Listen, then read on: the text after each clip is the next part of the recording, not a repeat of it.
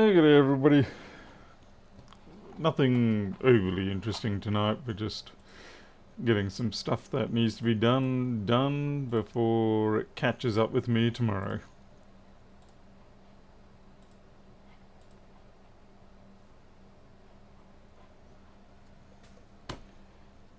You even hot yet? Oh, that reminds me, I need to get my disassembly tools.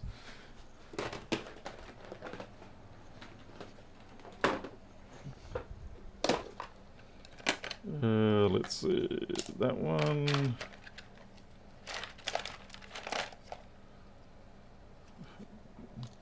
Battery separator. Finally, a good use for the A1425 battery plastic cover. That should about do it. Hey Pedro, you trying to annoy me? Huh. Just your existence is enough. You don't need to put any more effort into it. Okay.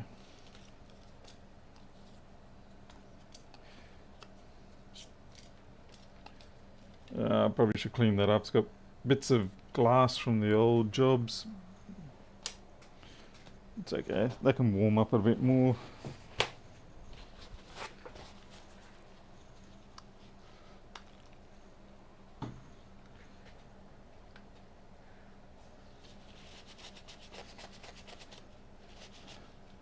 Just gonna make sure you polish up your tools, make them nice and clean before you go stick them into something new like that.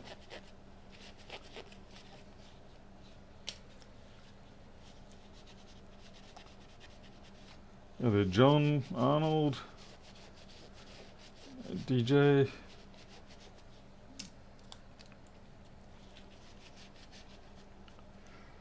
I did have a MacBook that I was fixing today, but unfortunately for you all, I fixed it properly and quickly, so it didn't make it.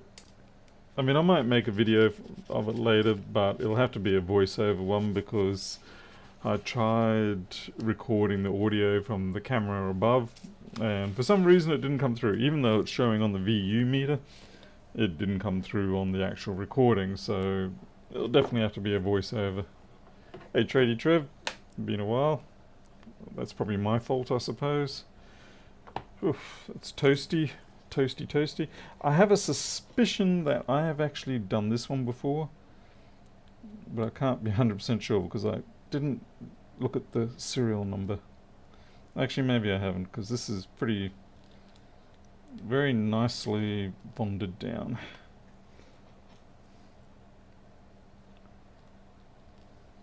I don't know why it is, but no matter which way these damn things crack, I'm burning myself here.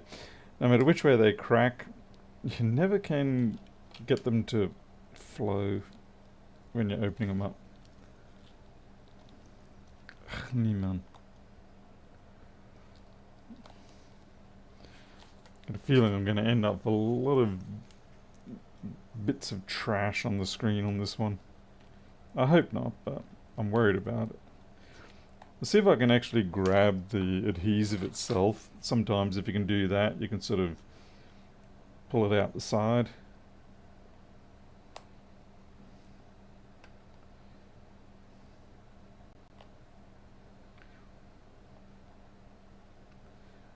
Nope, got glass.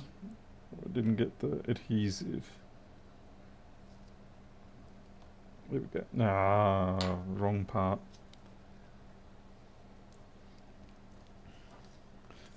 It's almost impossible to get people to bring iPads to before they've gotten to the point where they're a pain to deal with.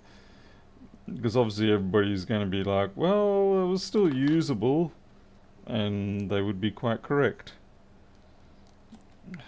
So it's still usable until the point it's not usable, at which point then it comes to me. And that's when it's a great big ugly mess. This one isn't too bad, it's a fairly simple crack, but like I said, it's just the circular nature of it.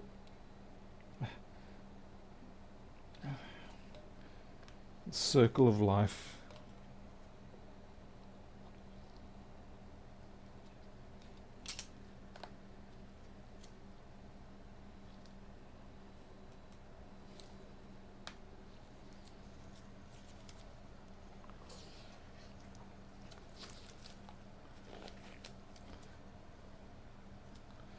Lewis is trying to take my view. Ah, see, I told you I would end up touching the damn thing. Ah, dear. What's Lewis advertising? Is he going to the vet clinic?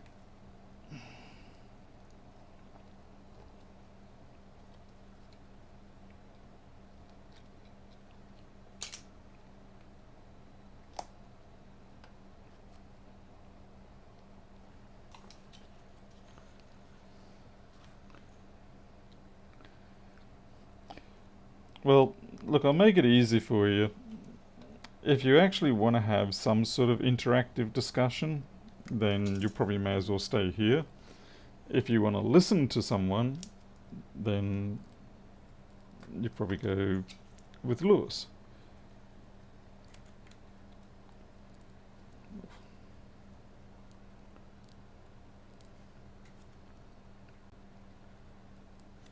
Flippin' heck, this is flippin' not. Flippin' not, mate. Let's just drown it with IPA. There we go.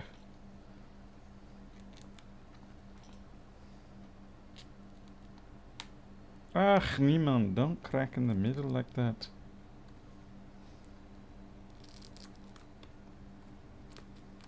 Okay, that. Oh, crikey, that's what.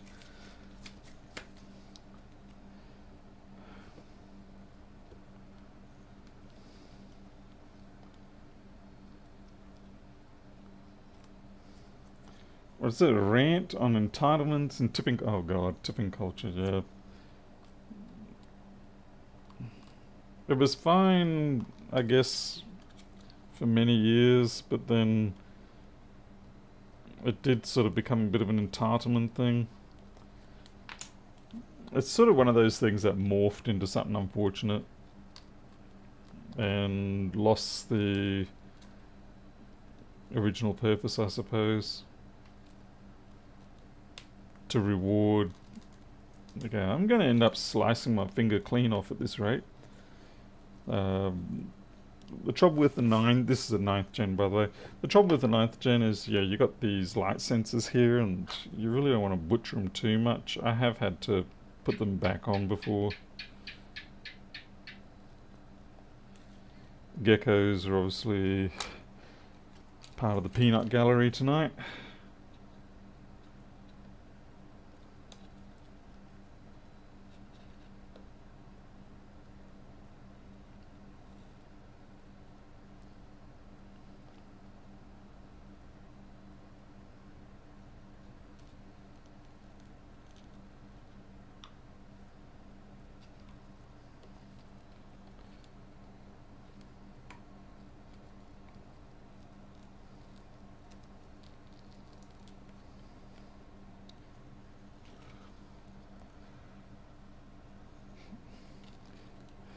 Well, rest assured I won't be doing any tipping on my stuff.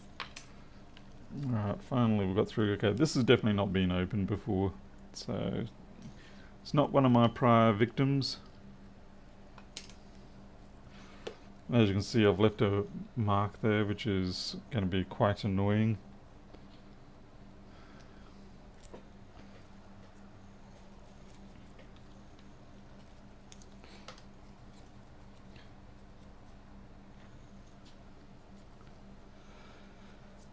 Hey David, just saw you there.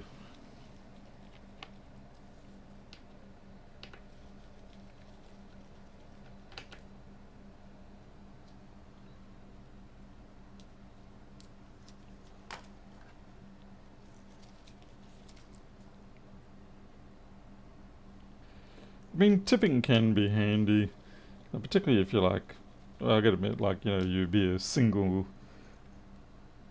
person and sometimes you want to pointlessly demonstrate your appreciation and potentially garner some interest from your waitress, waiting person. You drop them a hefty tip. It's a bit naughty to do that. It's probably not the most appropriate thing. I don't highly recommend it. But needless to say, it's a common route of doing things. And somewhat useless too.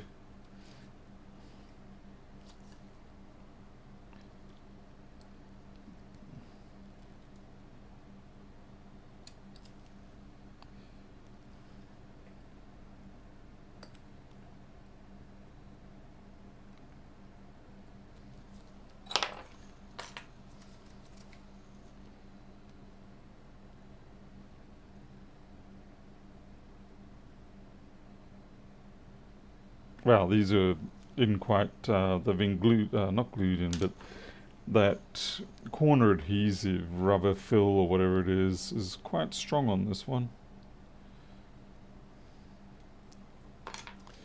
You can't just go butchering into it.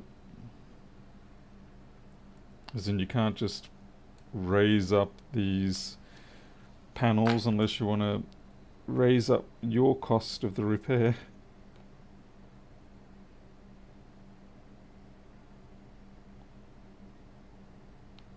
Jeez, that was tough. Okay, that side, the other side wasn't too bad. Leverage probably helped there a little bit too. I mean, the screens can bend a fair bit, but you really don't want to push it more than you have to. What am I doing? I need to take the battery one out first. Get my A1425 separator. Perfect. There.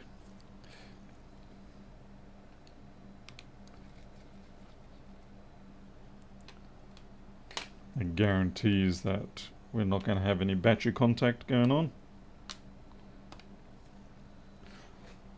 There's a few bunches of glass on that too. See if I can blast it off with a bit of compressed air.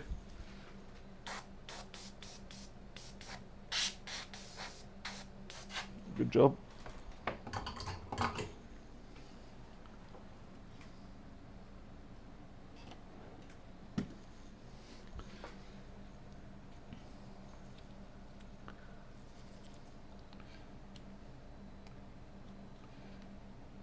Because it doesn't have to be a 1425, it just happens to be that battery, the plastic that it's made out of, it's rigid enough but flexible enough to do this sort of stuff and thin enough. So it will rather effortlessly slide in, but it's got the stiffness to actually penetrate in and keep those contacts separated.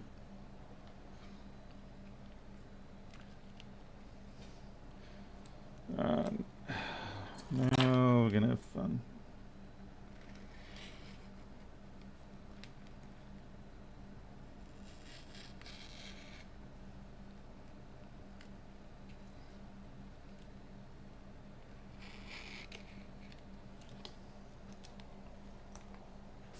Hey, Jim Allen, Stephen. Yeah, Sam, Jordan, this is a 9th gen. We're just doing a digitizer replacement, of course. So get it out of the way before tomorrow starts.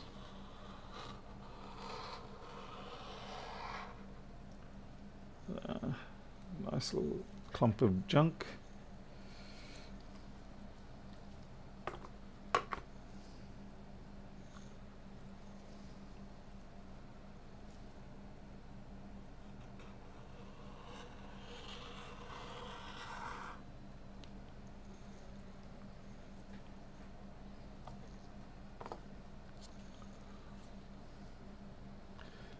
No bushfires near us.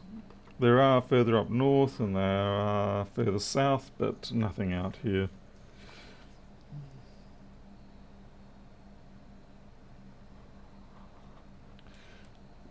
The general environment out here, the woodlands as it were, the bush is very sparse. So whatever fires do tend to crop up, they don't really get to spread very far. Grass fires are the biggest issue. I mean, they can be quite devastating in their own right, particularly because Yeah, they spread fast. They're hot enough that if any of the embers get up into the houses or anything like that, then yeah, you're going to have trouble. One of the big reasons too, other than um, aesthetics, that I don't bother to have gutters on my house. The only thing gutters around here are good for is collecting tinder for the any sort of embers to fall into and catch alight.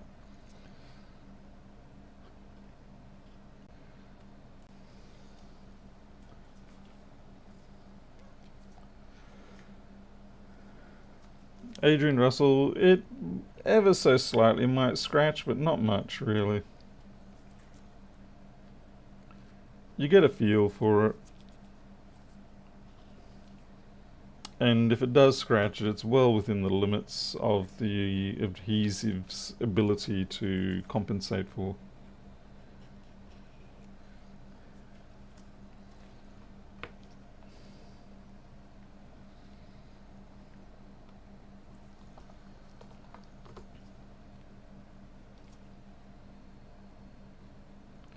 It's a bit like, it's acting more as like a woodworking plane.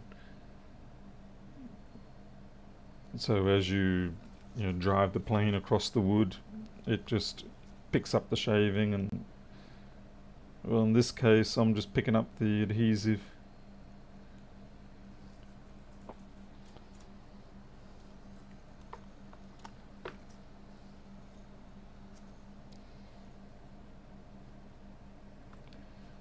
These sort of areas are the most annoying to deal with because I don't want to cut the Wi-Fi antenna, obviously. But I do need to get the adhesive out.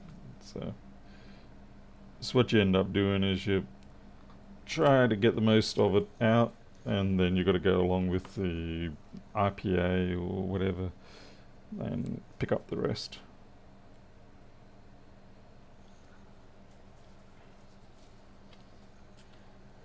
Tradie, you're a tradie, so therefore you have to be rougher. It's part of your requirement as being a tradie. Anything interesting happening on your side? Near-death experiences? It's only at that point it becomes interesting.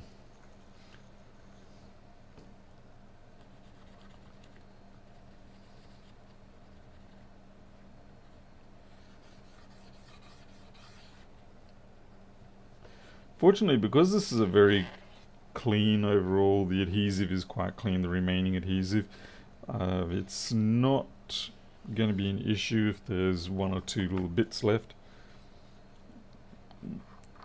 Most of the time where issues arise with existing, when you've got a broken digitizer and you've got to replace, is if there's a lot of dirt in there and the dirt gets in the way of the adhesive being able to do its job. But in this case, if you have adhesive in adhesive, it tends to be fairly tolerant of that. The main thing you've got to watch out for, though, is that you don't have little bits of glass still embedded in the old adhesive, because that will certainly stop it from sitting down properly.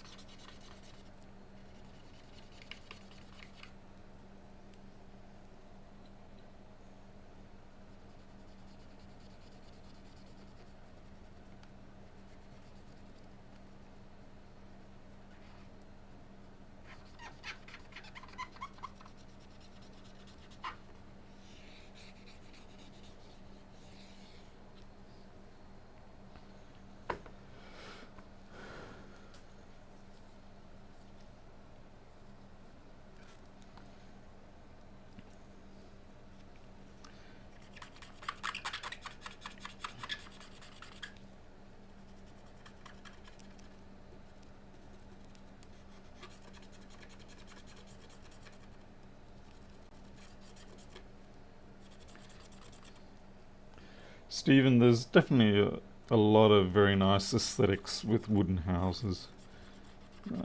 I mean, you look at the Japanese houses, they're fantastic, a lot of them. The downside is they don't really sort of cope as well as what we need in some cases. To be fair, when it comes to things like cyclones and stuff, wooden houses are actually quite handy. As long as the roof doesn't come off, they cope with the cyclones pretty well. The house that we used to live in, it had a slant on it, about a 6-inch slant from the bottom of the house to the top. It was about a 5 meter high house. It was on stilts, Queenslander style house they call it. And yeah, the previous cyclone that went through kind of nudged it over by 6 inches. And we were kind of hoping we'd get another cyclone coming back the other way and push it back.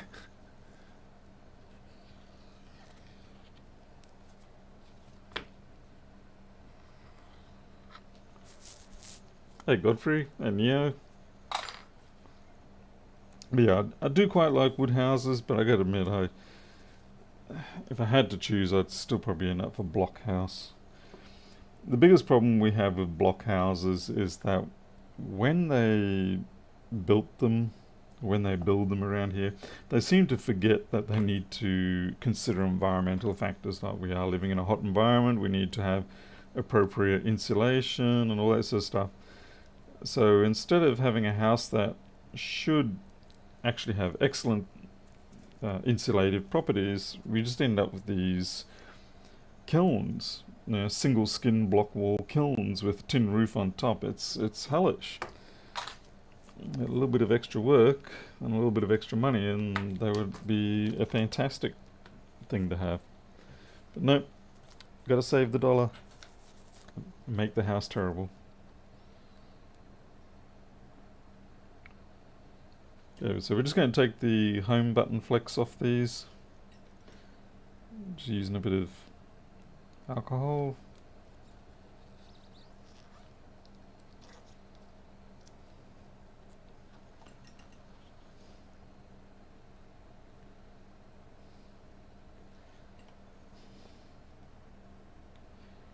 I think the problem is a lot of the time when they build these houses, the insulation tends to be a afterthought, and likewise air gapping.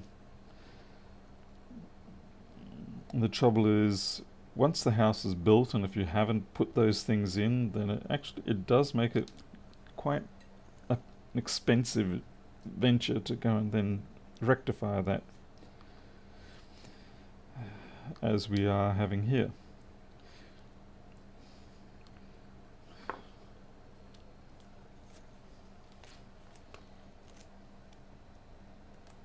Okay, just need to put a little bit of heat on that.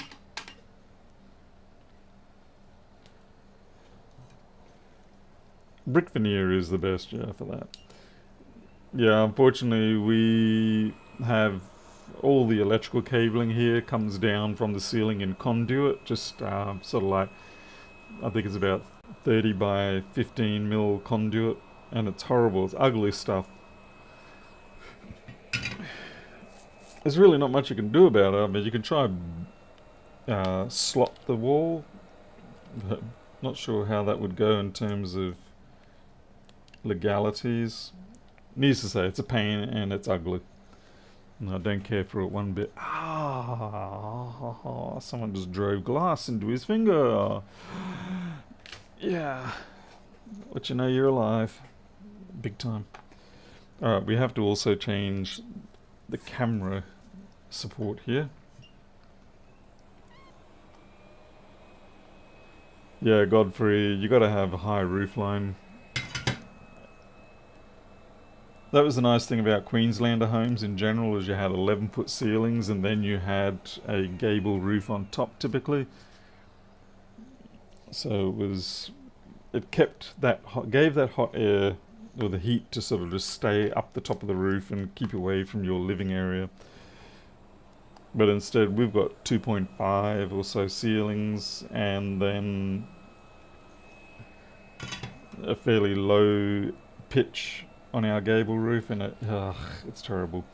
At least when we did the new section, or I should say when we redid one half of the house, we went along and put proper air thermal insulation up there, reflective foil stuff. And you look at it and you think, oh, that's not going to make a huge amount of difference, but it really does. It makes a significant difference. Not everything is about the thick R values when it comes to just being under the tin sheet. When you've got the reflective airfoil, it makes a substantial improvement. Hey, B-Blood. Yeah, Godfrey, we've got the same here. You've got to have those straps.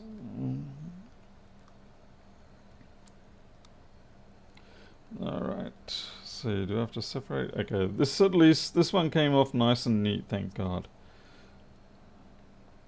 It's a nice change for me to have one that actually went according to plan fairly much.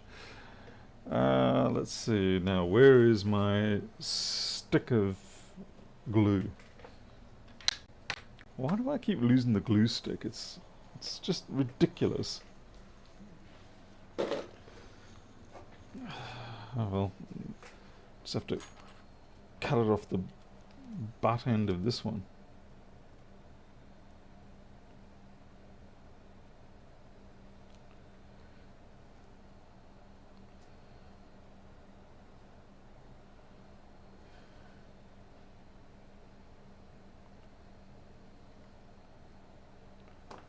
There's plenty.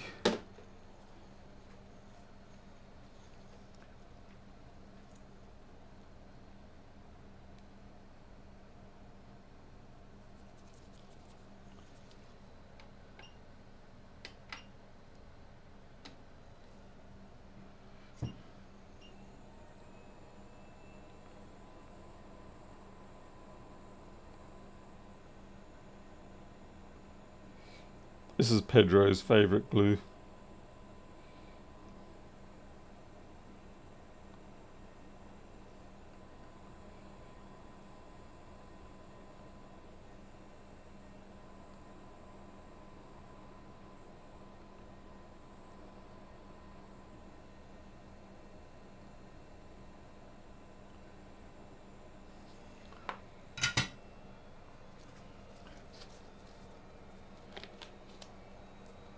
Yeah, Steve, we've got whirlybirds, as we call them, on ours.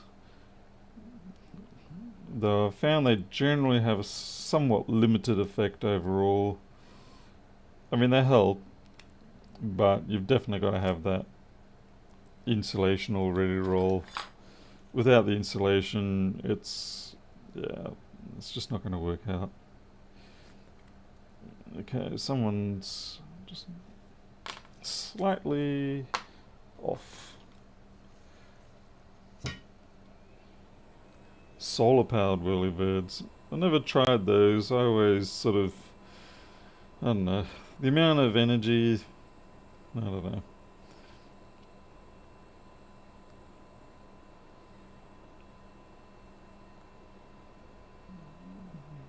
I'll just create great big cavernous eaves.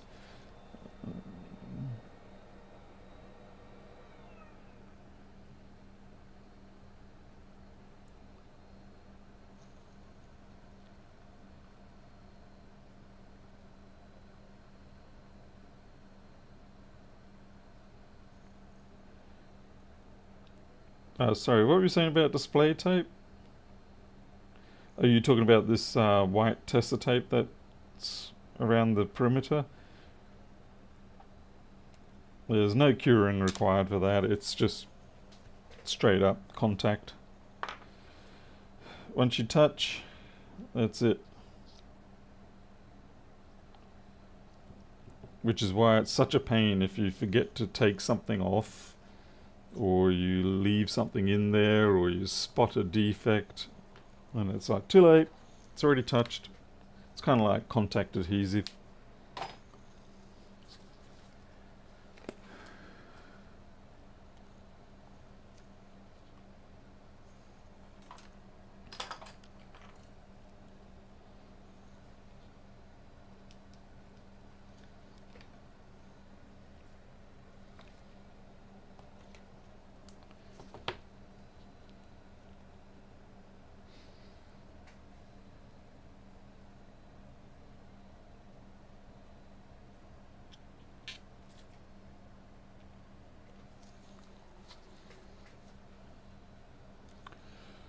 What am I doing here?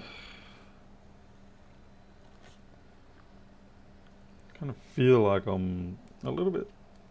okay, we've got a button click, so that's good.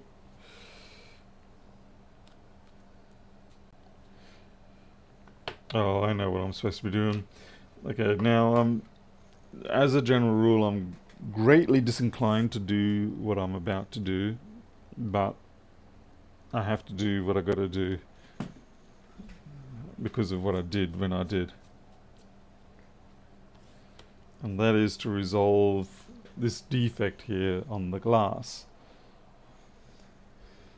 So the main trick is try to keep everything as damn clean as you can. Not too much IPA. And don't use the bud for more than what you have to. Just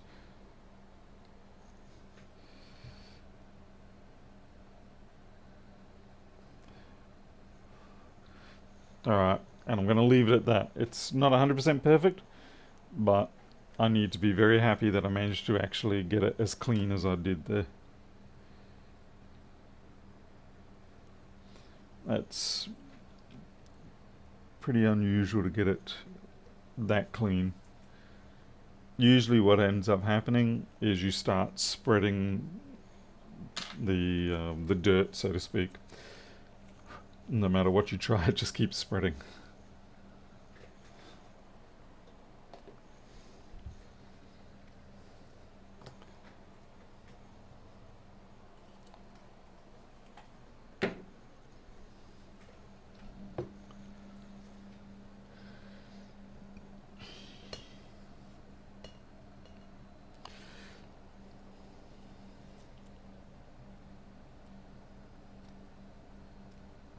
I find for me, I have to take this bottom piece off. If I don't take this bottom piece off, it's too awkward to peel it away from the inside, and then I end up with all sorts of issues. Now the trouble is that while it's exposed like this, it's going to pick up all sorts of random dust that's floating down.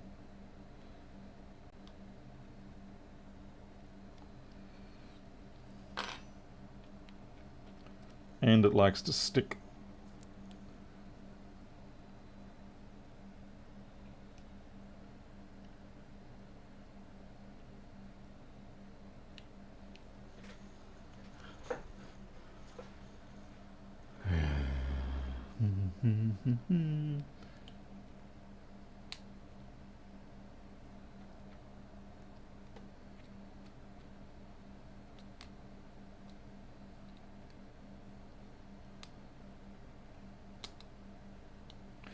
Sometimes these touchscreen connectors can drive you downright insane.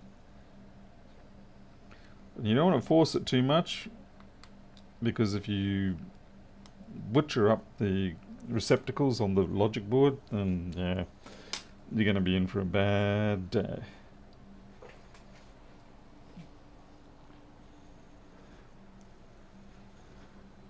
Hey there, Harold. How's it going?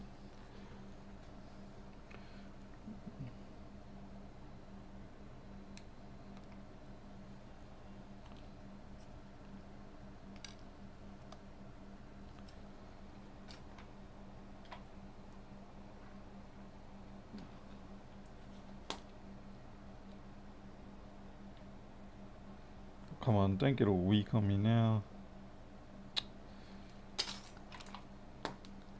Love it when the magnetism tells you that it's weak when you're already in a position where you can't actually really stop and re-energize it. It's okay. I just moved up to the larger side screwdriver.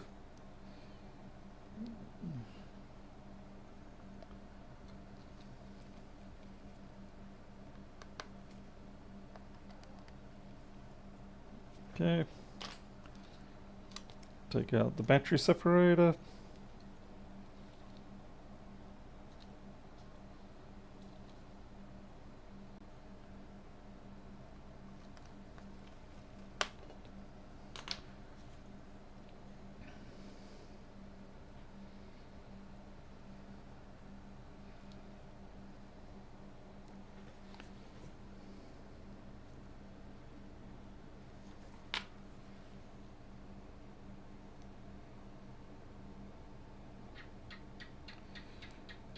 Hmm. The that molded in plastic rubber stuff, it's getting in the way of squishing this down properly.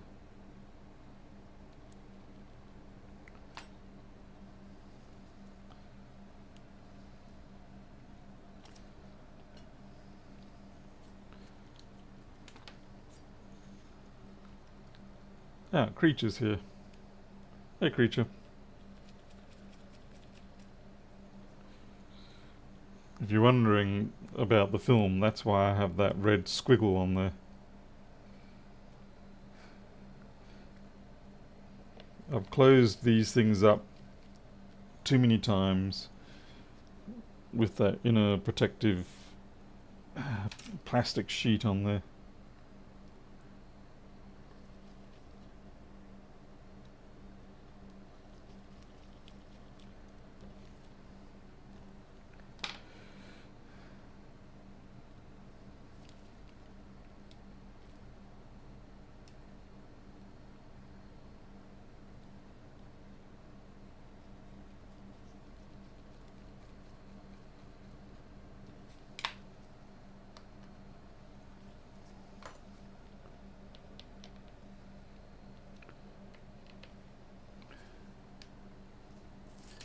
Okay, there's still a fair bit of junk on there. That's kind of annoying. What the hell? Liquids are spattled? That's really bad, actually.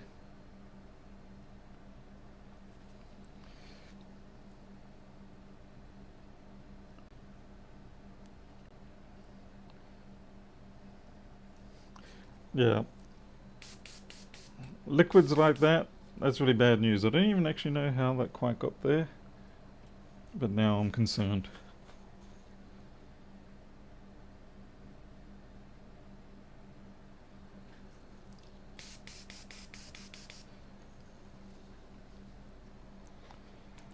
Very annoying. It was so clean. What did I do? Had to... Those ones are permanent.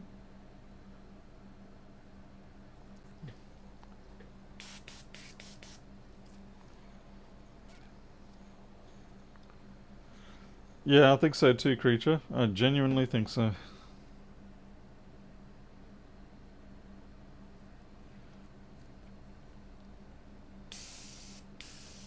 Yeah, it looks like that.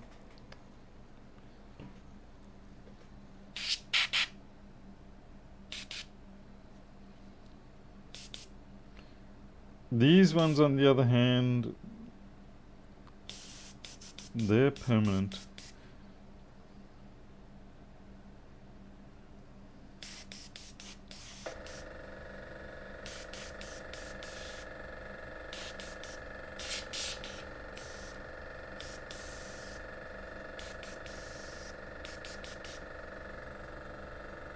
Oh, I'm going to have to do something about that.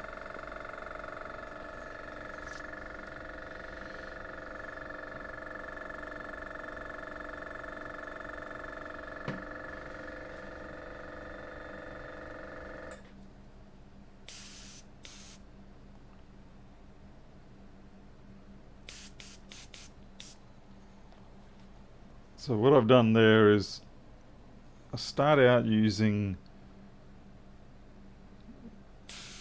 water IPA mix.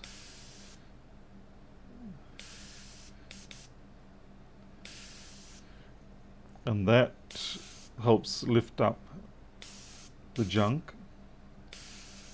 Because if I just use IPA, the IPA doesn't lift up the junk. Okay. Oh wait, I still need that. But if you use a little bit of water in your IPA, it will help pick up the junk, and then you can come back with just pure IPA and get rid of the watermarks.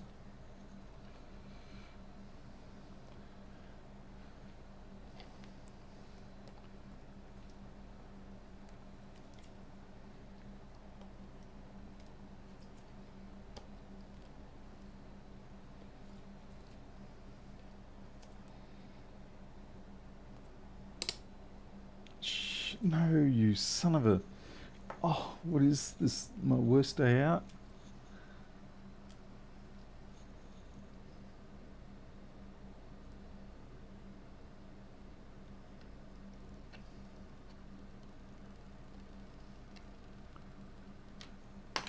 The pull tab broke off.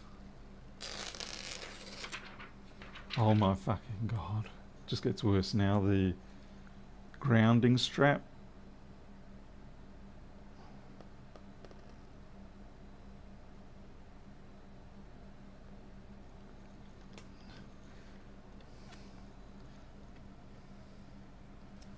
That metal foam stuff, it just detached from the screen and then reattached itself to the freaking digitizer glass.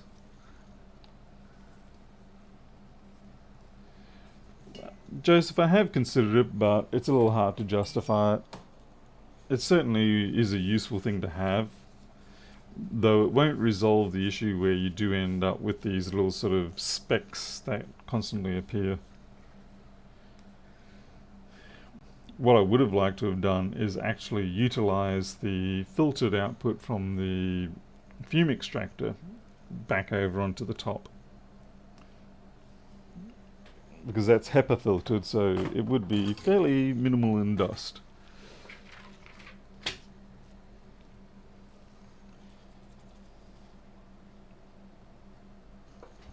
Alright, so looking good.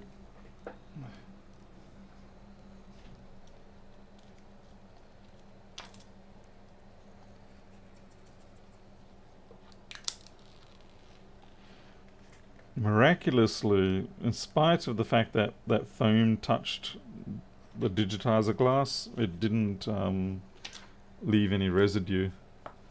I'm kind of shocked and surprised.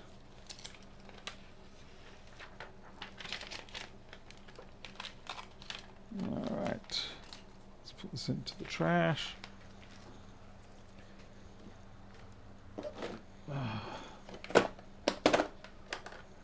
Alright, so while it's not specifically required, I do like to clamp these up.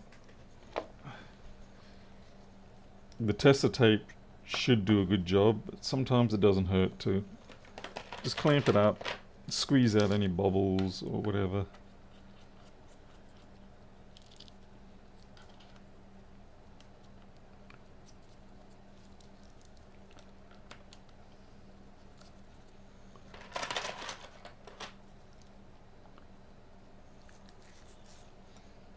Loki, what about IPA though? Ethanol I can understand, like rubbing alcohol, things like that. IPA doesn't smell anything like that, thankfully.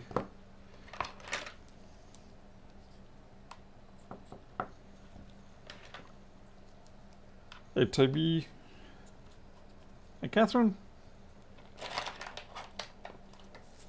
Yeah, Catherine, I've been waiting for the day when Lewis... It was supposed to be last month, back on the 19th. But there was a bunch of deferring and stuff like that, so...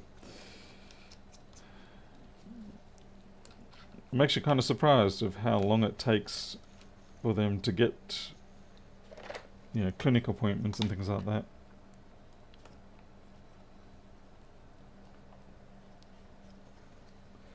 Kind of scary if it's a bit of an emergency situation.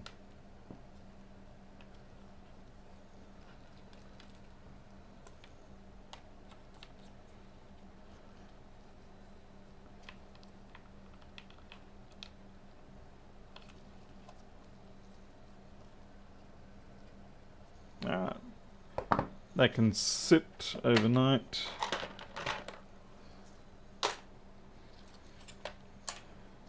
Put everything else away.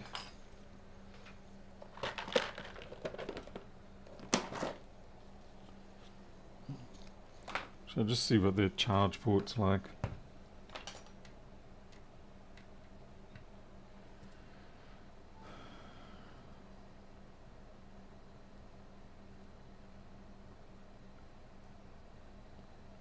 Looks good. 8 volts, 2.5 amps. That's pretty good. That's full 15 watts. Yeah, Catherine, I'm hoping for the same as well. Scary no matter which way it goes. I mean, all surgery is, of course, fraught with some kind of risk. Let's see, let's find something annoying to fix, or try to fix. Let's try pull a Jason Vollmer here. Speaking of which, if any of you know Jason Vollmer, I'm happy to report he is back online, back with us after an extremely long hiatus. So it's nice to have him back with his quirkiness, weirdness. It makes me feel normal.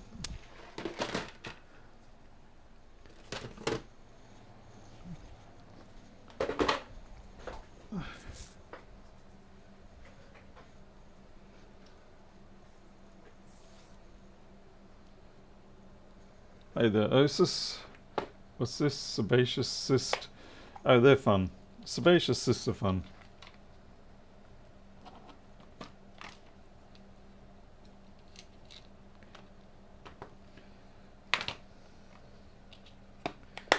As long as you get them before they make you go septic. If they've gone to the point where they make you go septic, then they're not so much fun.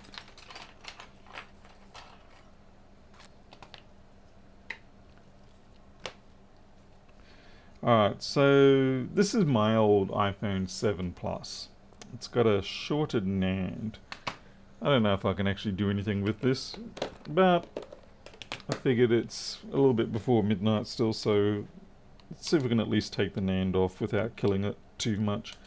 Right now this thing will not power up. The data is lost. There's no two questions about that.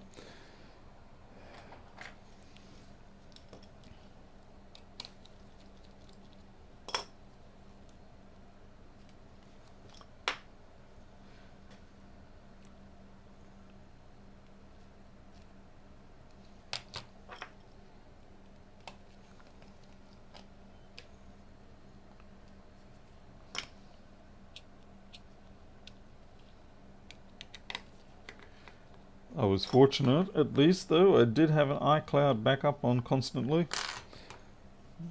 Given the outrageous number of times that I've told customers that they could have saved themselves a whole lot of money if they just simply had iCloud backups happening. So it was fortunate that I at least took my own advice, which is pretty unusual for technicians. Normally we tell people what to do, but we don't actually do it ourselves. So it was a nice win. So all I did is got myself another iPhone, another second-hand one. Connected it up, set it to synchronize with my last backup. And about an hour later I was back to pretty much where I was. I think I lost about 6 hours worth of photos and things like that, but nothing dramatic.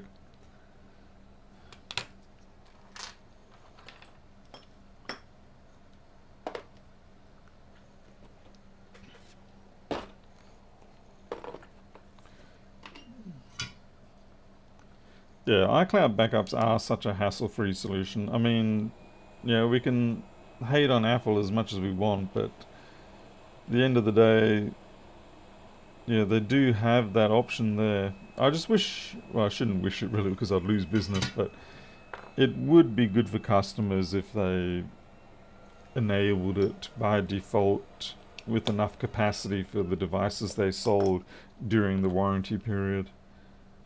But as I said, I would lose so much business if that was the case.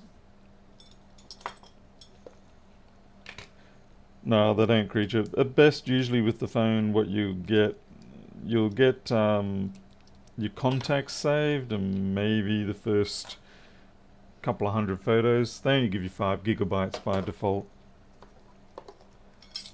which is nowhere near enough. Okay, so there's our NAND, and it's shorted, I believe. I'm pretty damn sure it's shorted. We can test that.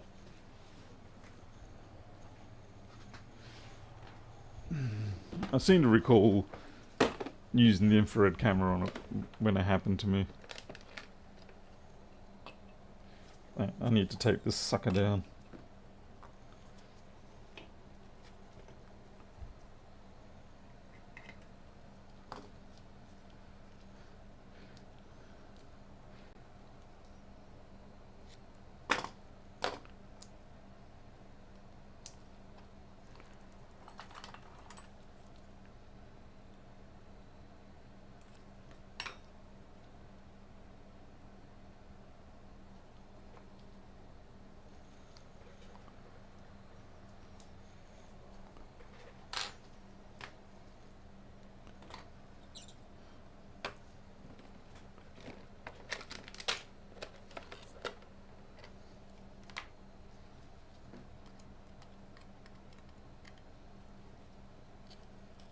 What have we got? 6? Nope, that's no good. 7 plus.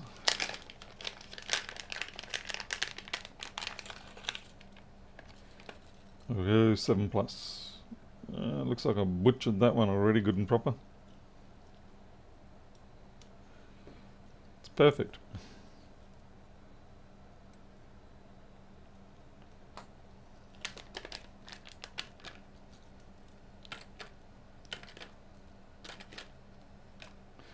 By the way, I am starting to do PC laptop repairs now.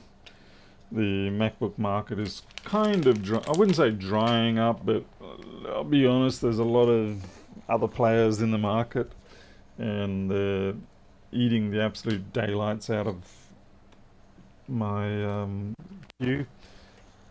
The big problem is I'm just not getting to the customers before they find someone else. I mean, I have been making improvements on that with advertising and all that sort of stuff, but that's a 6 to 12 month sort of recovery process, and I've got to get to it sooner than that. What are you doing, Paul? Idiot. What causes Apple MacBook on charger supply 1220 to another USB-C port? Not sure. What?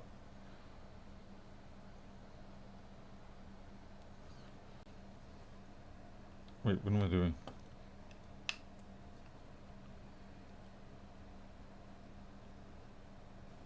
You're wrong. What's going on here?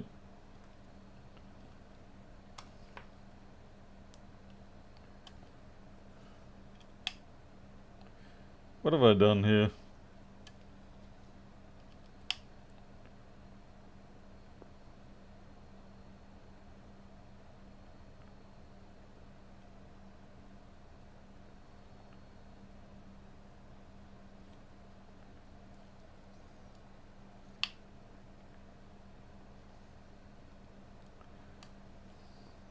Alrighty. That's not good for sales.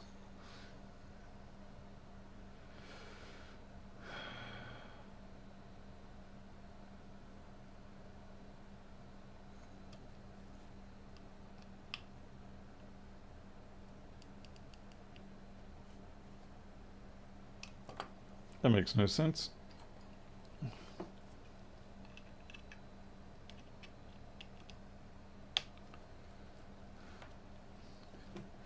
Swear I just used this the other day.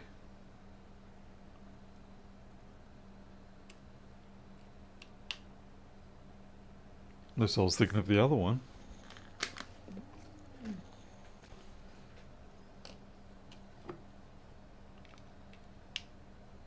Well, that one works. Not sure why this one's not. Maybe I haven't even flashed it.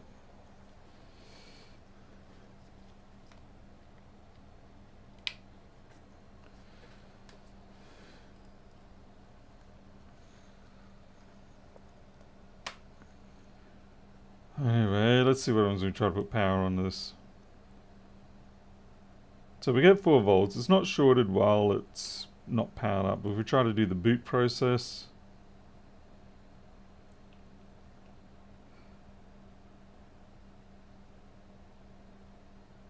You kidding me? You're booting now? No, you're resetting. I can see you're resetting. Let's get the thermal camera at it.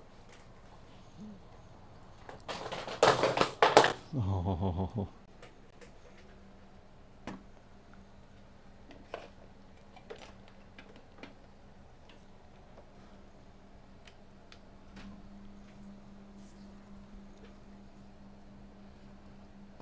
It's holding steady at...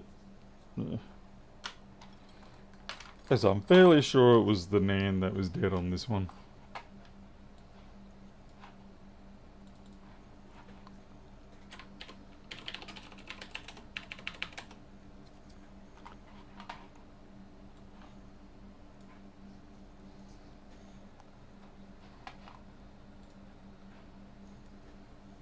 So let's try and boot it again.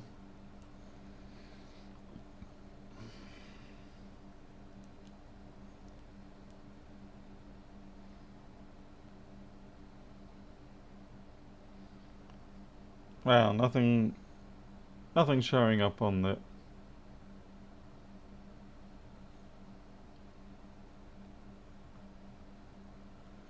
That's intriguing. Default that has gone away on its own.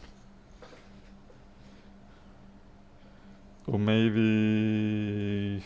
Let's see, power off. Maybe I've misinterpreted it. I'll just plug the screen in. I think it might be that what it's doing is that it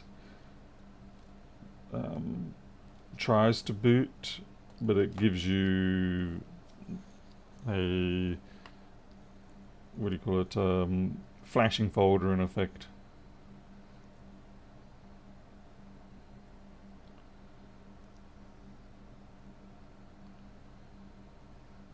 Yeah, so I've got an Apple logo there. And then it just dies. Yeah, so it keeps boot looping like that.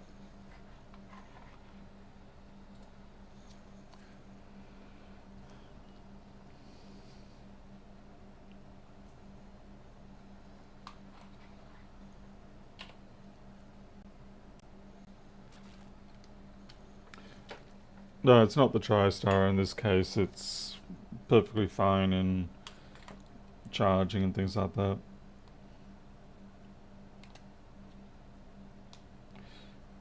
Basically, the NAND is just given up.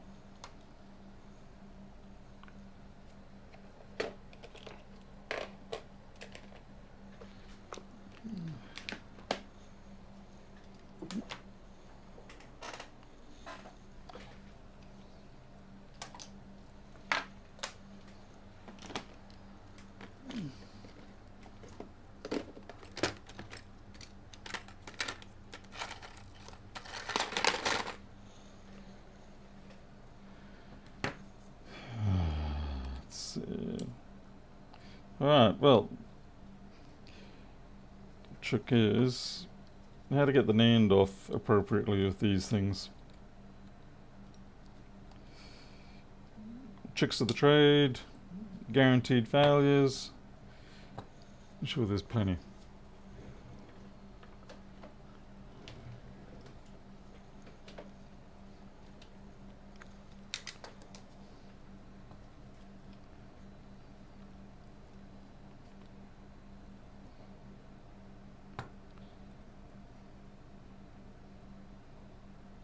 What's this audio IC? Should boot loop because audio IC. I know that can happen, yes. Just not sure it was actually applicable on this one. Because like I said, I mean, I get the Apple logo and then it caves in. I mean, I can always try just replace the audio IC. Do you want to try that? Shall we try just replace the audio IC first? See if we can do ourselves a favor and take out the baseband CPU as well.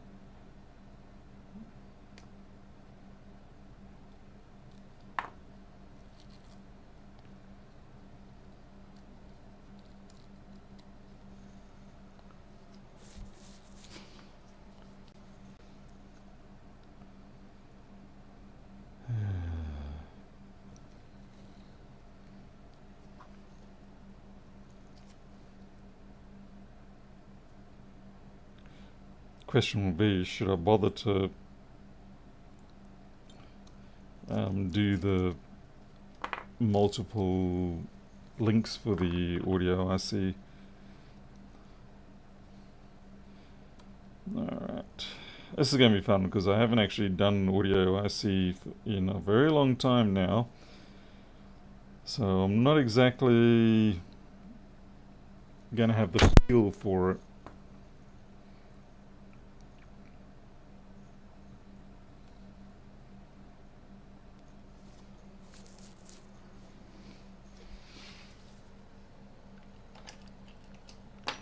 It's pretty important having the feel for these sort of things.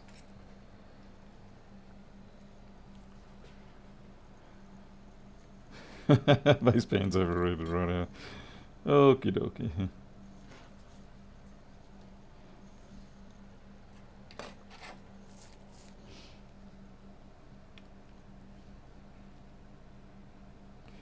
I think the last thing I did on a 7 Plus was a TriStar, and there was an issue with some of the traces and I had to chase those around.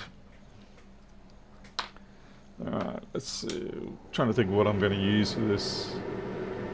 So shall we try 370 at 40% air? Not sure. 370, 40% air. I'm not sure how this is going to go.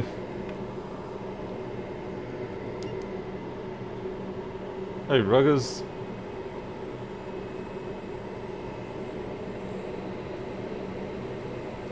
Well, it makes you realise how terribly fat my tweezers are.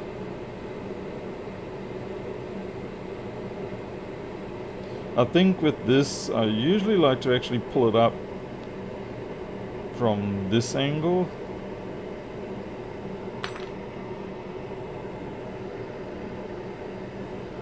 I don't know what I've done with my extremely fine pitch ones, tweezers that is. I just realised my microscope is on the...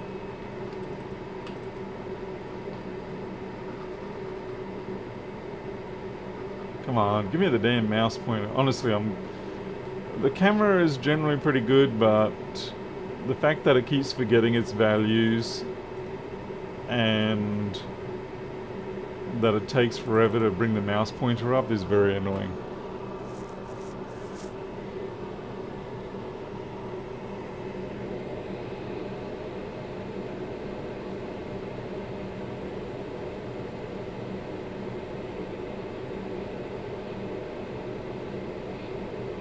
Oh, I know what I normally do with this, damn it. Why don't you people remind me? I normally flick this up with a lifter, I think. Oh man, wow, it actually has been that long that I have forgotten how I do this.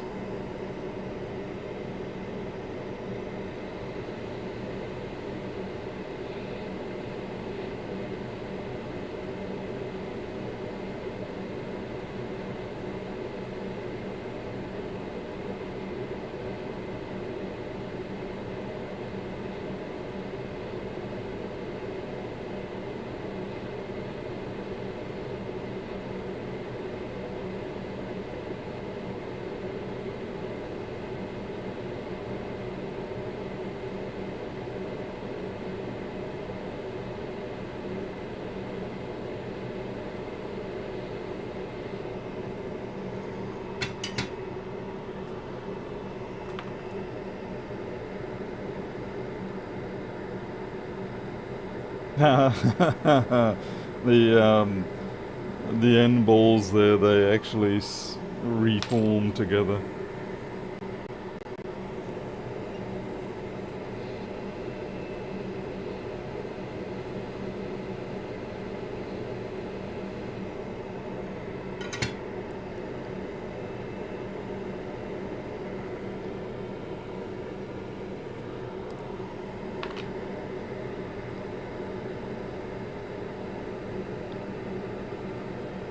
Okay, it looks like we didn't lift anything, so that's good. it was interesting to see that that cap was moving around before I was able to lift up everything.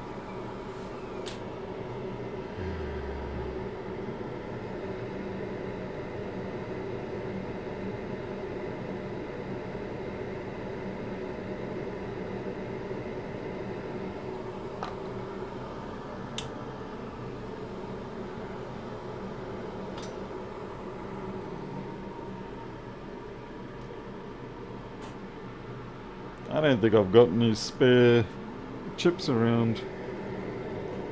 I'll have to find one from another device. Oh, the Nick Vasey. Yeah, from the ashes. Doing the drop method would be nicer. Okay, we're going to need a little more heat than that, so we'll move up to... I use the drop method for getting shields off.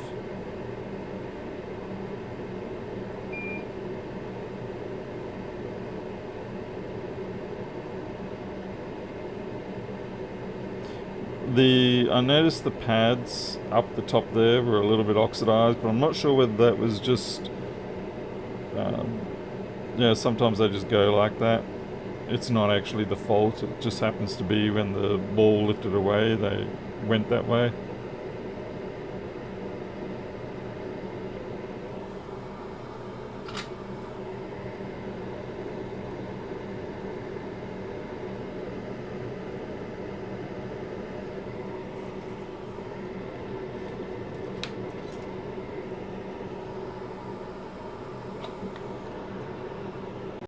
Hey Rob Brown, good to see you.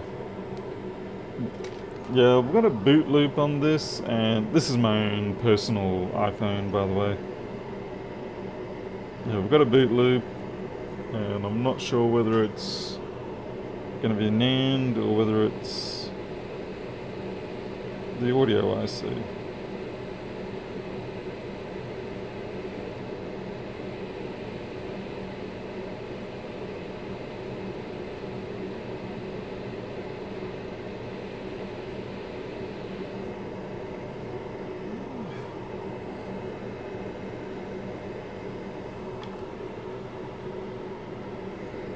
What I mean is whether it's been caused by the NAND or the audio IC.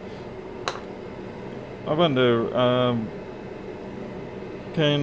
does the iPhone 7 boot without its audio IC? Damn it, that wick is just too far extended. I was thinking if it can boot without the audio IC, then I can at least test that at this point.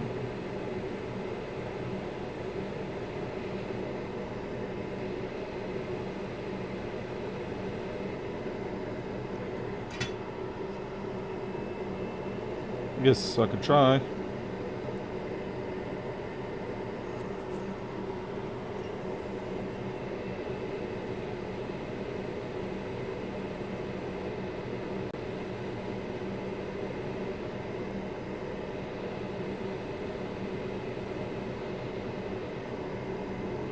By the way, I know I'm kind of hanging around on the heat a little bit much. I probably destroyed the baseband by now.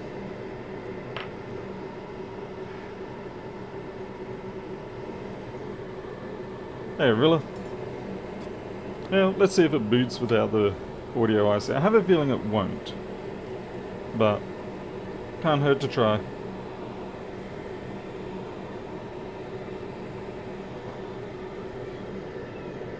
Just let the board cool off.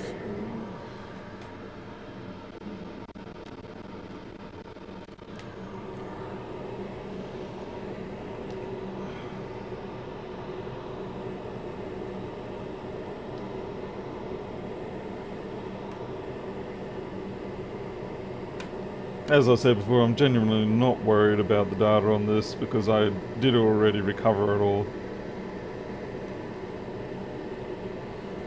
It's more just a bit of entertainment and practice.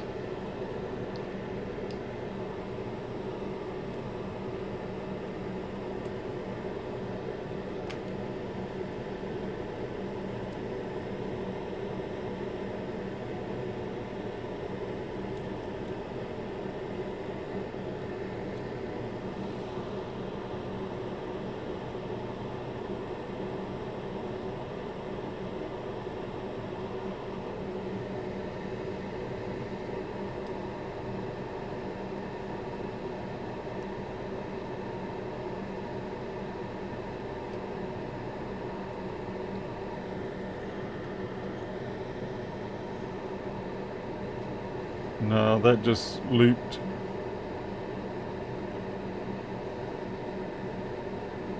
Still looping, so it's probably not the audio IC, but we'll see. We'll put another one on there, and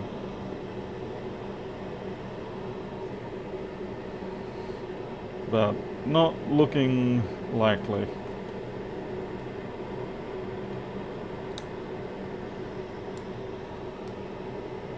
Unless, of course, it actually is, and that's why it was looping in the first place, because it's like, I can't see my audio IC. Alright, where the hell am I going to get an audio IC from? Let's see.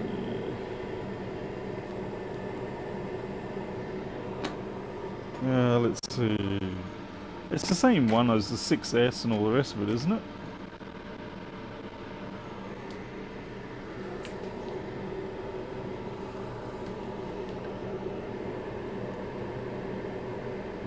Yeah, we'll just use this one. This is another 7 Plus, I think. Yeah, it is. Liquid damage, but hopefully okay. For this one at least I can use the drop method. The only trouble I find with the drop method though is precisely what I just did then. The risk of chipping the chip. So I will actually not use that method.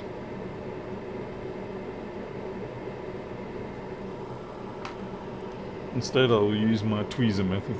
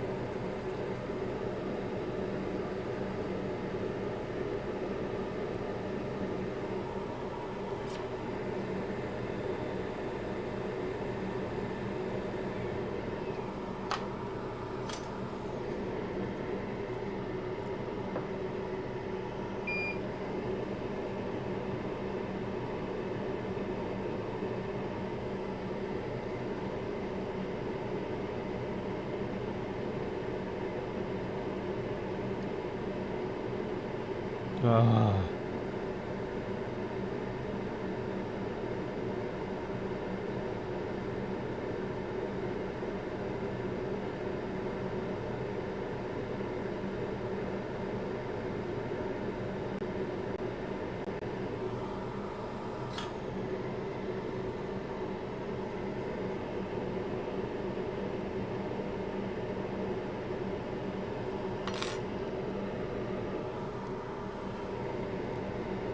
There's a couple of little bumps on there, but I'm not going to try and get them down. I'm just going to reball it.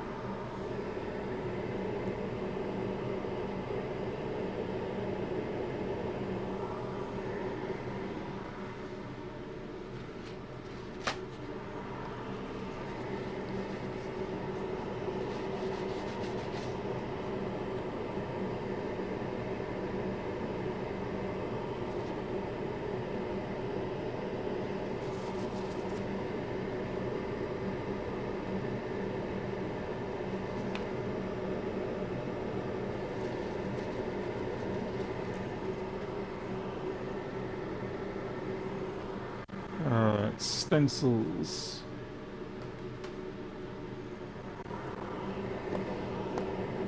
Been a very long time since I've used one of these. Hey, Mr. Stumps.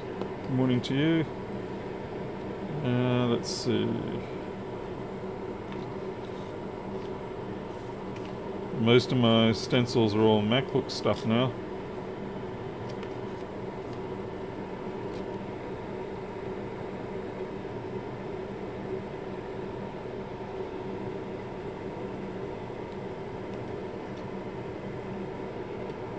A8, A9.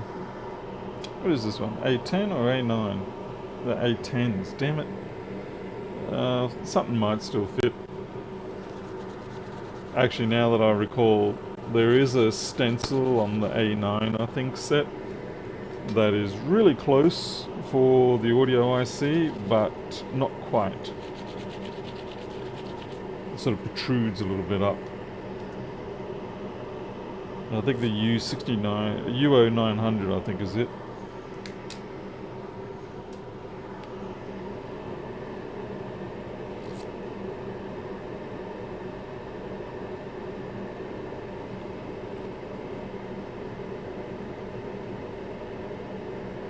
Not even close. You're kidding yourself there, Paul.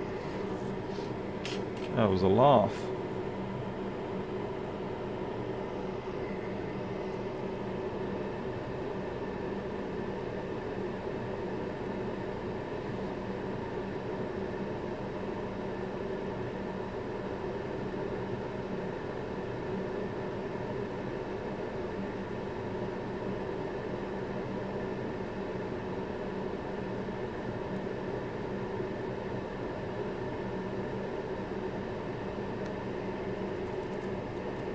This might be it, I might be wrong.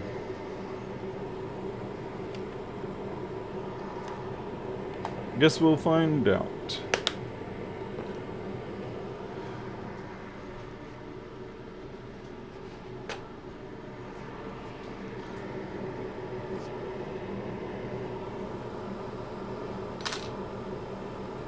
Now I need some paste. Where's that cheap, nasty paste?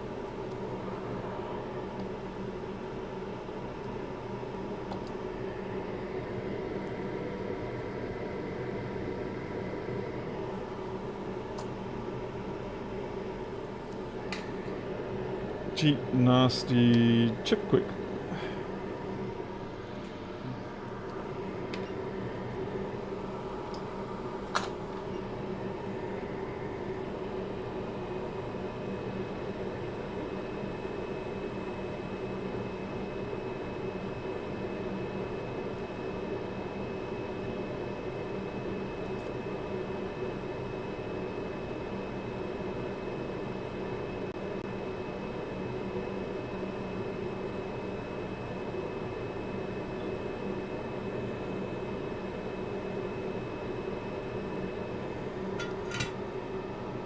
Hey Lars and Oliver.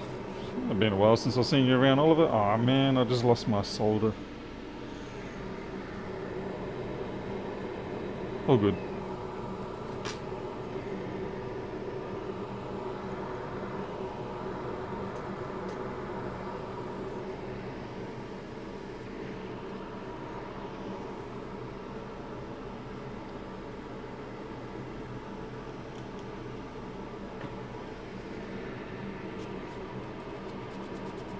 Oh, the smeller's even here.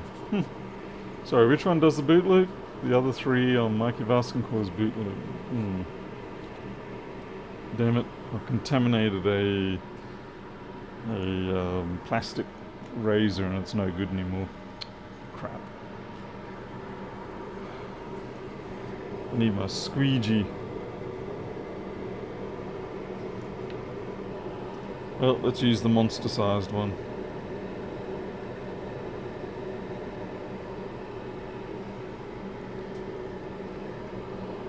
The Luca Brass.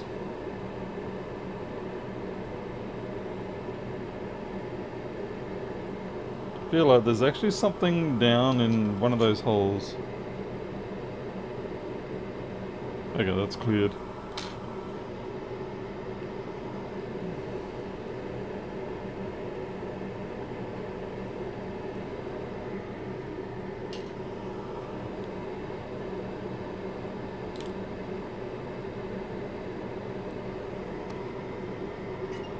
we're going to go for 10% air,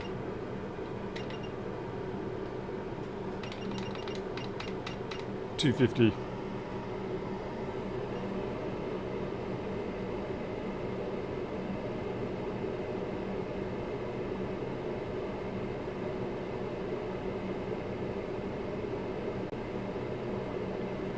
You watch, I'm going to lift this up and there's going to be one row missing or something like that. Something stupid.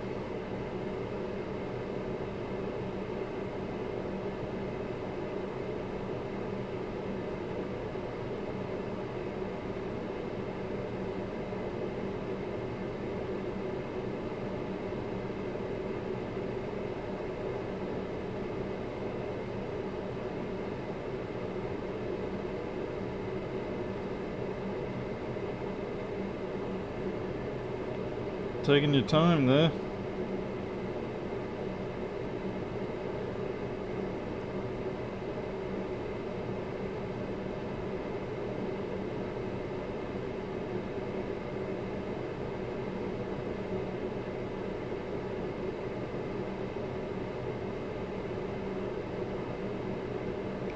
This is not a good reball.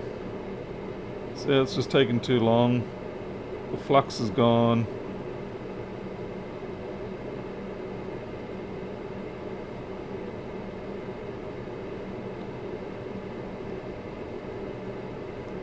It's not a good reball. It's terrible, in fact. The problem was that it took too long, and the reason why it took too long is because this is a 3D stencil, whereas I've been using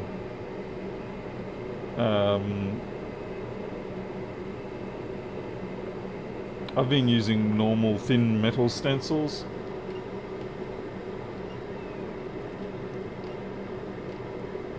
So I think what happened is all that time the flux is like, we're out of here. Not to mention you already pre-boil the flux off partially with the drying of the...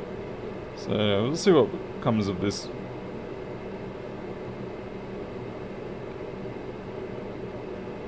That's a little better.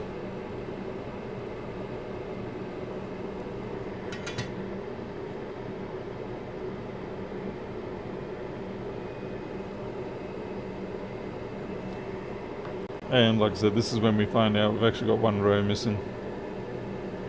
Oh no, they're all there. I'm as shocked as anybody else.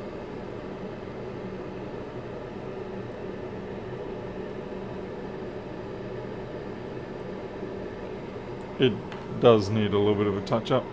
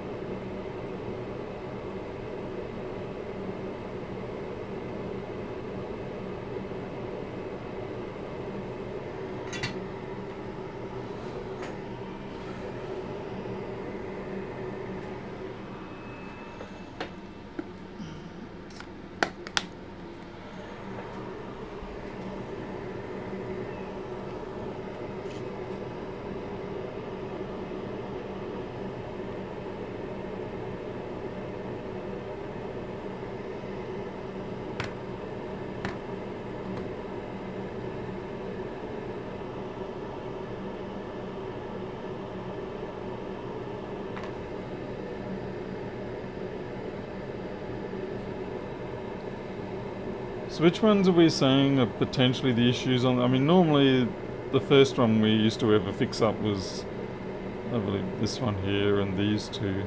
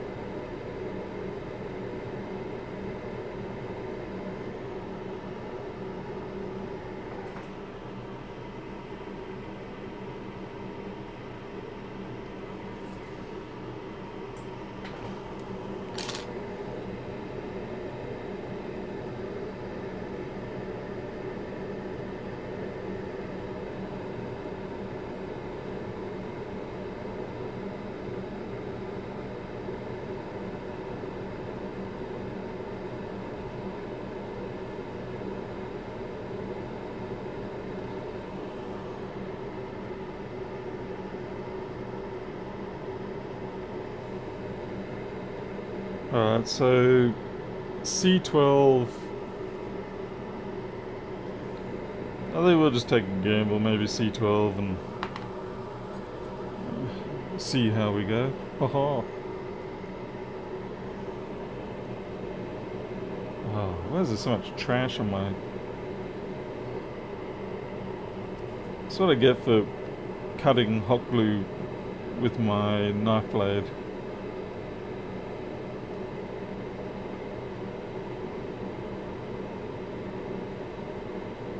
No, I'm gonna need a new blade.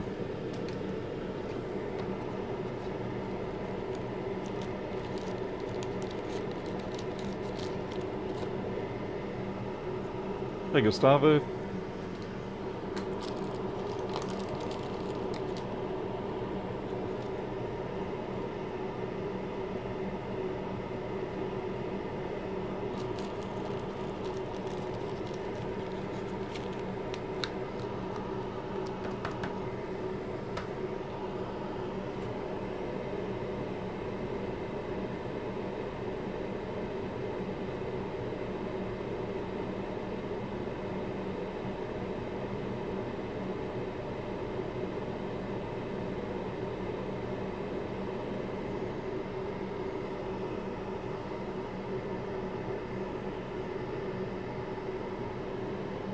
Hey Greg.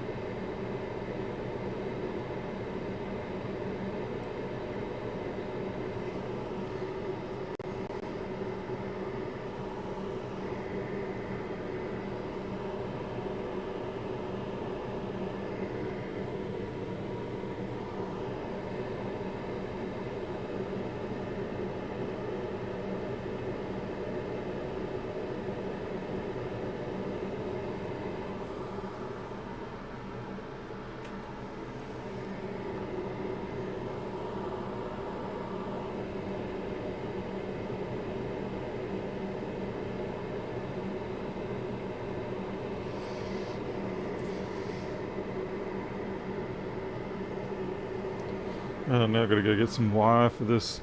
Oh.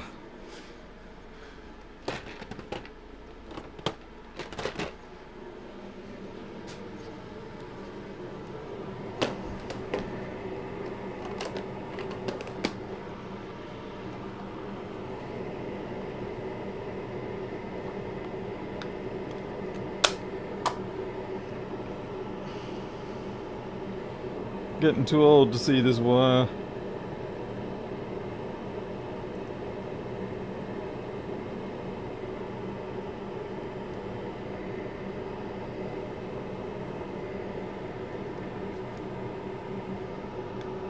Hey there, Jason.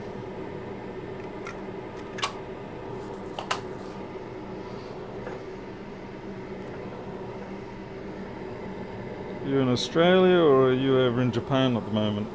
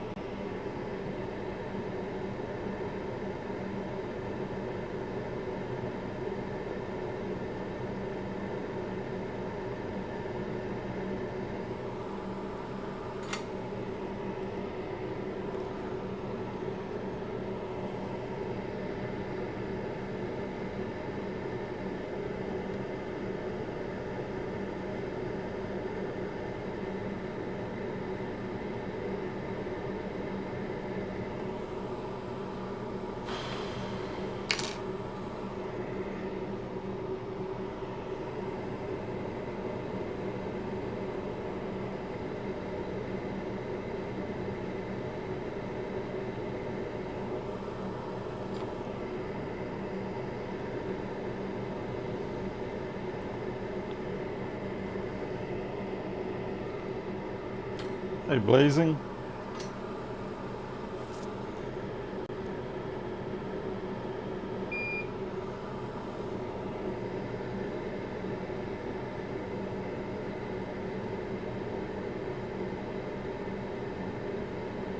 Makes you realize how insanely thick solder wire is.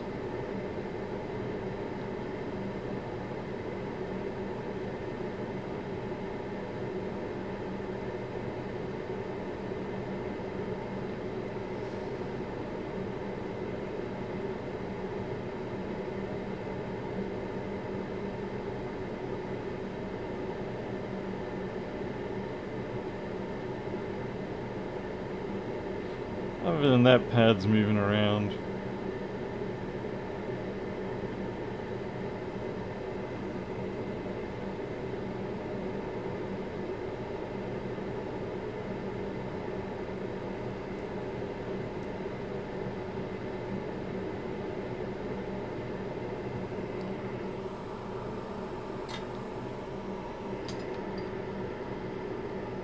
Dead ear speakers, yeah, that used to do that with the 4s. But yeah, that's a good resource for them.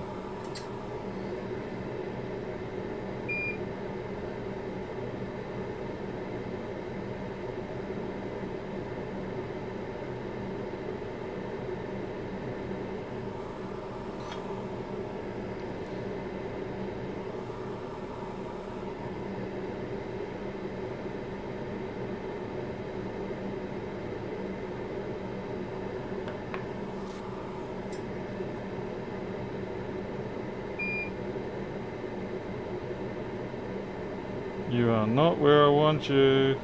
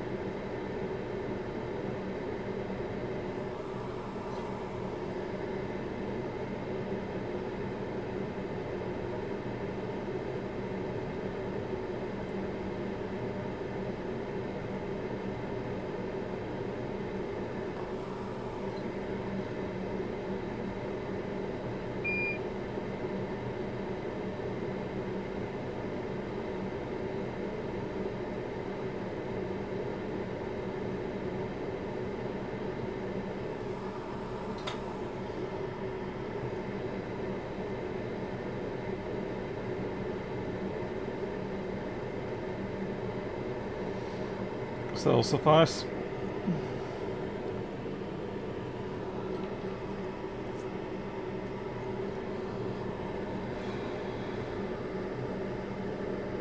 Not the prettiest, but it's been a while.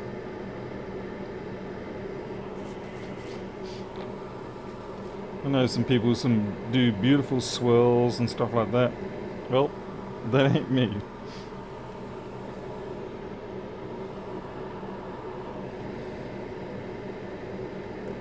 Just get that flux away, and then I can put down little drops of UV cure. I probably could have smashed those wires down a little bit, make them flatter. I do have a pack of those little gold pads that you can get. I do have them. I just don't ever use them. That probably would have been a better choice in this instance. I'm just trying to get the flux to go away, and it's not.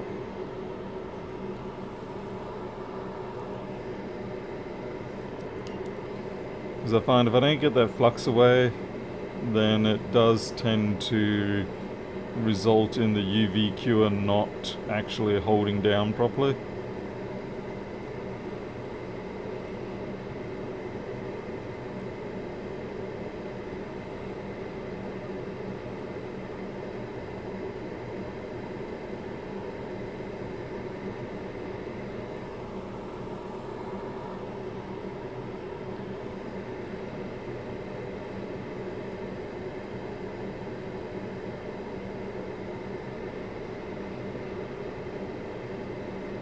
Alright, so that's much better now. There's no sort of glossy, oily slick around. It's just sort of nice matte finish on those on the circuit board.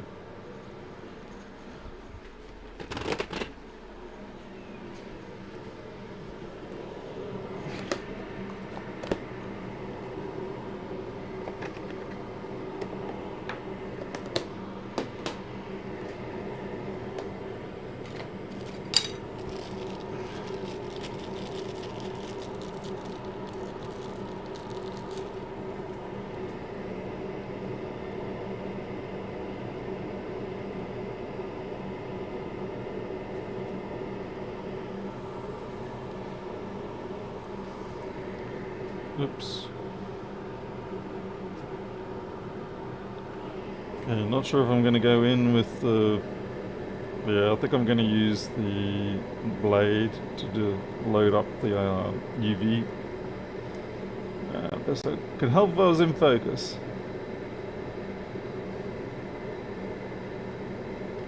Yeah, maybe the blade's not working so well. In this particular case, the blade is actually too sharp. And it doesn't develop a bulb of the UV at the tip.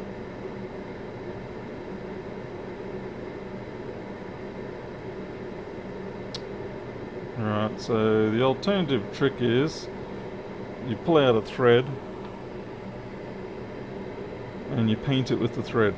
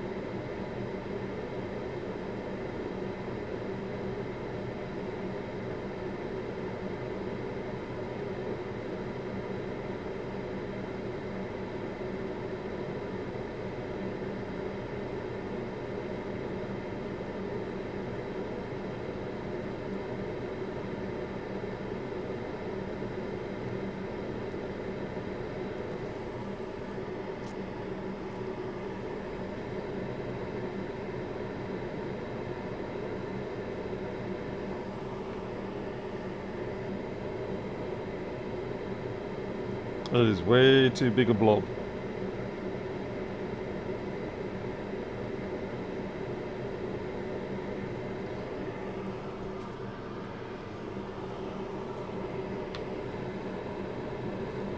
Okay, it does the job. We'll have to sort of shave that back a little bit, but it does the job.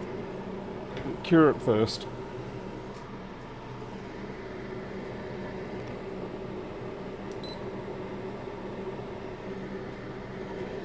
Anthony McGregor, £2.92, random number for a random person. Am I a random person? 32 gauge needle. Well, I've got those for micros insulin, but they might be slightly thick.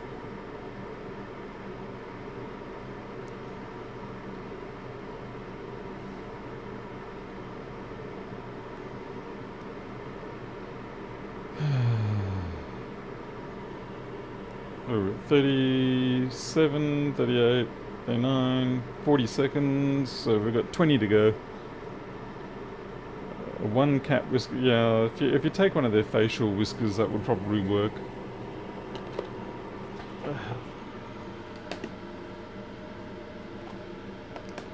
It's okay, we've got the job done. Okay, there we go, 60 seconds, we're done.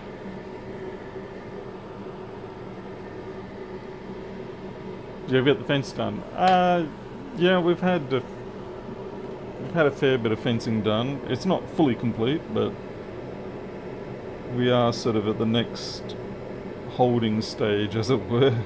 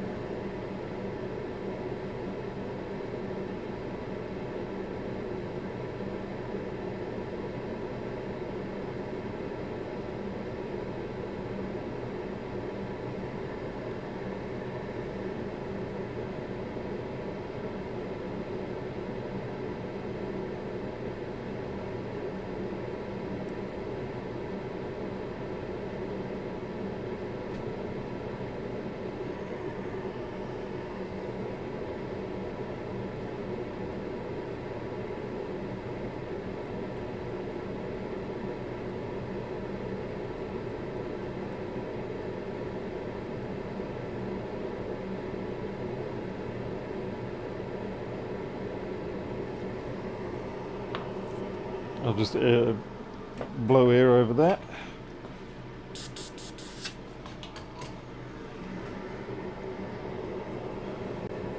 Oh, damn.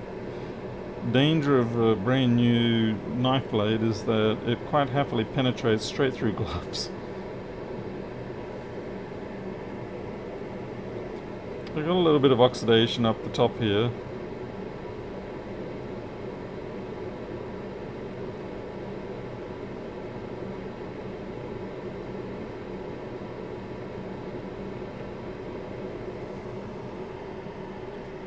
Hey Padabunza. Yeah, working a little late. I've sort of have to stay up till 1 or 2 in the morning because otherwise Milo just doesn't want to go to sleep. That's a big problem. Alright, let's put this chip down and see what happens.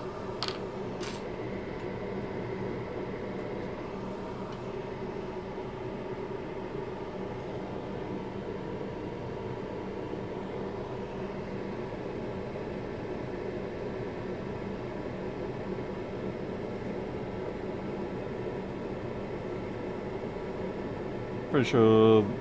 Wait, what's the orientation? This pin one down here? Pretty sure it is.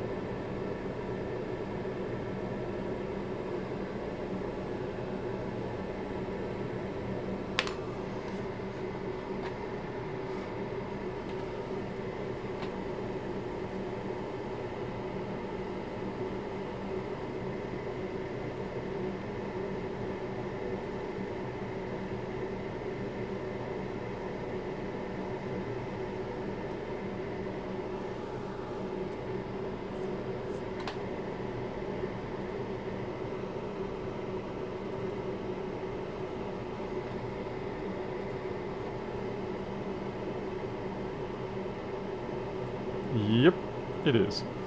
Okay.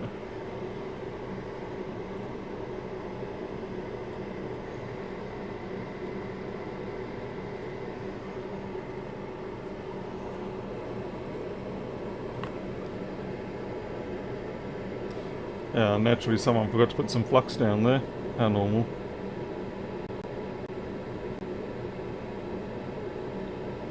I'll just give it a bit of a warm up.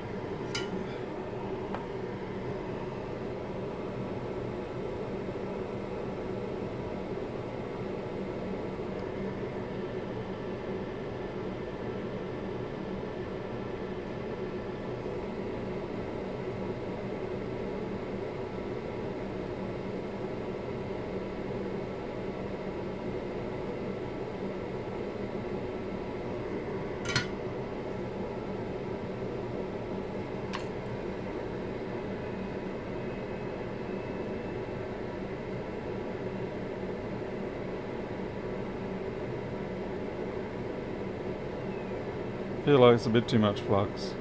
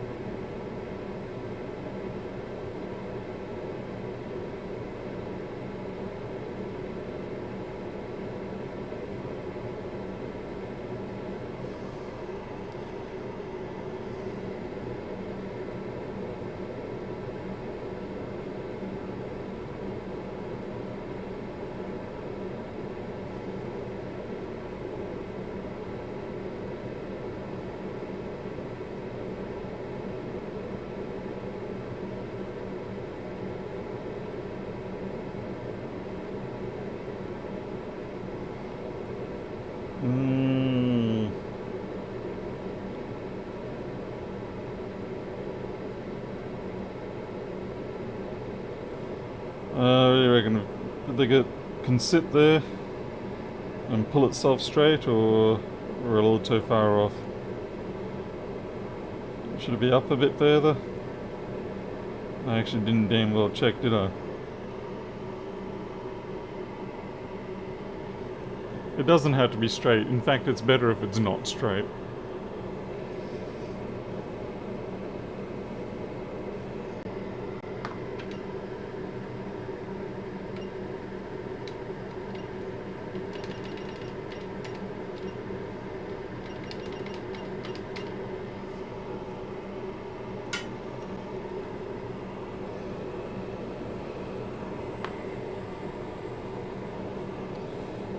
bit about protecting my NAND, even though I probably don't need to.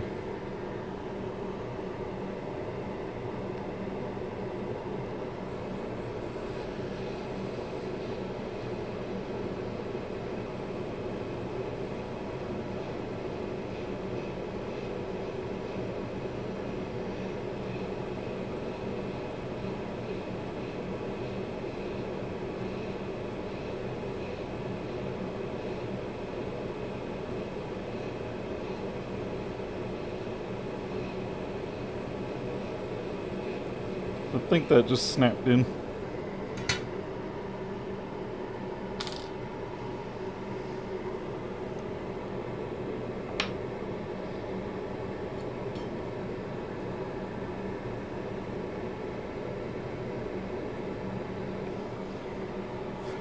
You watch, it hasn't even reballed. It hasn't even reflowed. Oh yeah, it has. Yeah. I've been caught out a few times where I've thought something had reflowed and I'd go and tap it and it just drifts straight off and I was like, whoop, nope.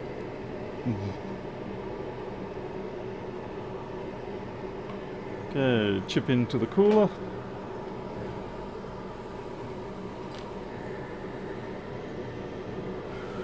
One resistor is crooked. I'm sure I'll live with that. Crooked is fine. There was a capacitor that was knocked off. Maybe you're thinking of that one.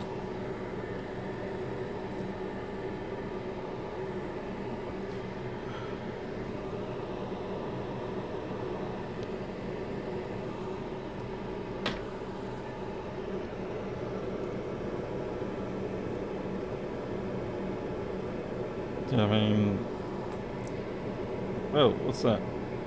That capacitor's a bit off, but that's no problem. Everything else looks pretty normal to me. Not that I'm an expert.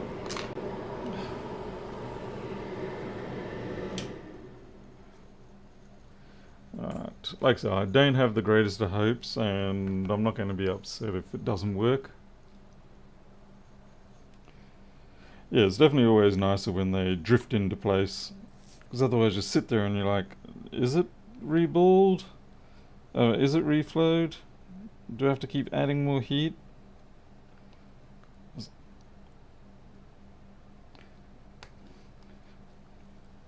I mean, some chips are really obvious when they sit down and realign.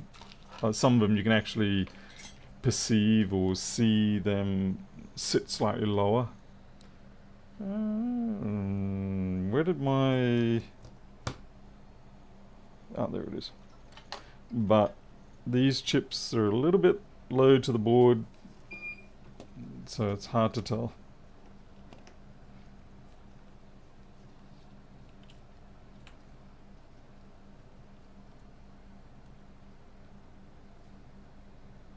Like the SMCs, you can see when they drop.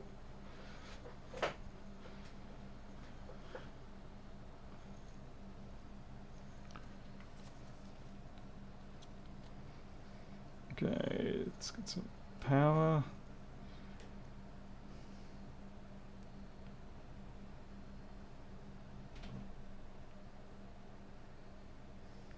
Well, we've still got an Apple logo, so that's a start. No, it's already looped again, so I think it's the NAND on this one. Oh well. Yeah. Sorry folks, that's a looper. That's okay. No, it was fun to sit there and redo the old audio chip trick. It's been a while since I've done one, as you could tell, but it was nice to give it a shot. I had somewhat forgotten that the audio IC could cause that. That's okay. We'll try the NAND next time. In the meantime, though, I am going to head off to bed. So thank you all for watching. I'll see you all next time. I'll catch you later.